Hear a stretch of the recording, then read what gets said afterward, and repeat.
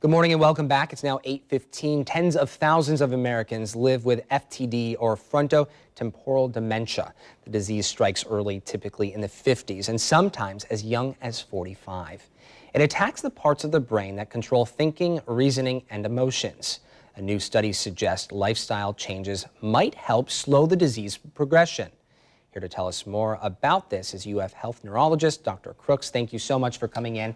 Oh, no worries. This is frightening to think about. 45 and 50 years old we're talking about. Yeah, it is.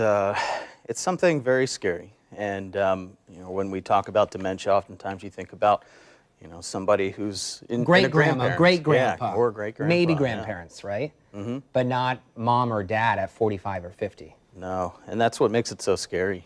I was talking with my producer about this earlier, and she was saying what's really frightening, too, is that a lot of people don't even realize what it is because it can be misdiagnosed with other types of ailments. Yeah, with frontotemporal dementia, oftentimes the earlier signs are more along the lines of things like depression, anxiety, but typically out of proportion, maybe not initially, but typically going beyond the normal levels you would expect.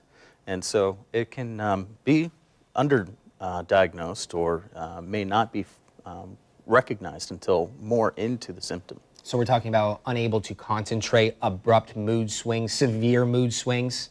Oftentimes, some of the earlier signs look more like normal levels of depression or anxiety. But one of the characteristics is that people start to develop lack of empathy or apathy, which is basically like they aren't doing the normal things that they are motivated to do, typically. If you have a loved one who is experiencing these types of symptoms, obviously go to the doctor. But what is that diagnosis process like? So it's usually not just one visit. A lot of times it starts off with recognition from seeing your regular doctor, talking to them about symptoms. And one of the more characteristic or key things is this is out of character for this individual, and nothing else that seems to be contributing. A lot of times that prompts a primary care doc to seek specialist's opinion.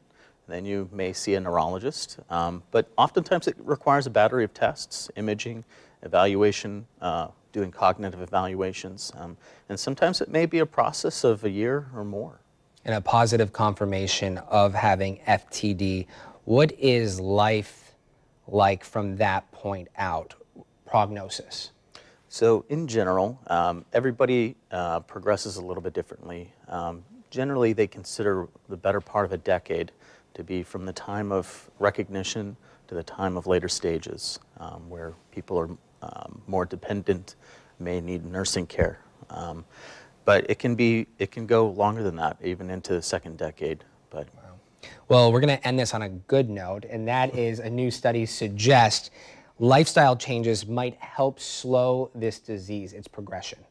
Yeah, so this study that was released followed about 100 patients diagnosed with this condition.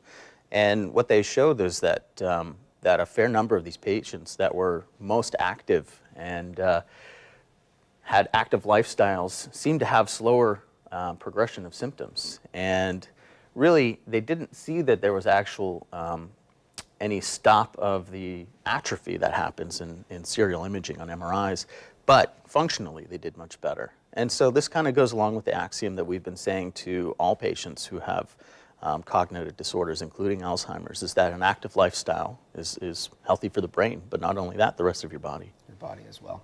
Dr. Crooks, thank you so much for coming in. No problem. Glad to have me.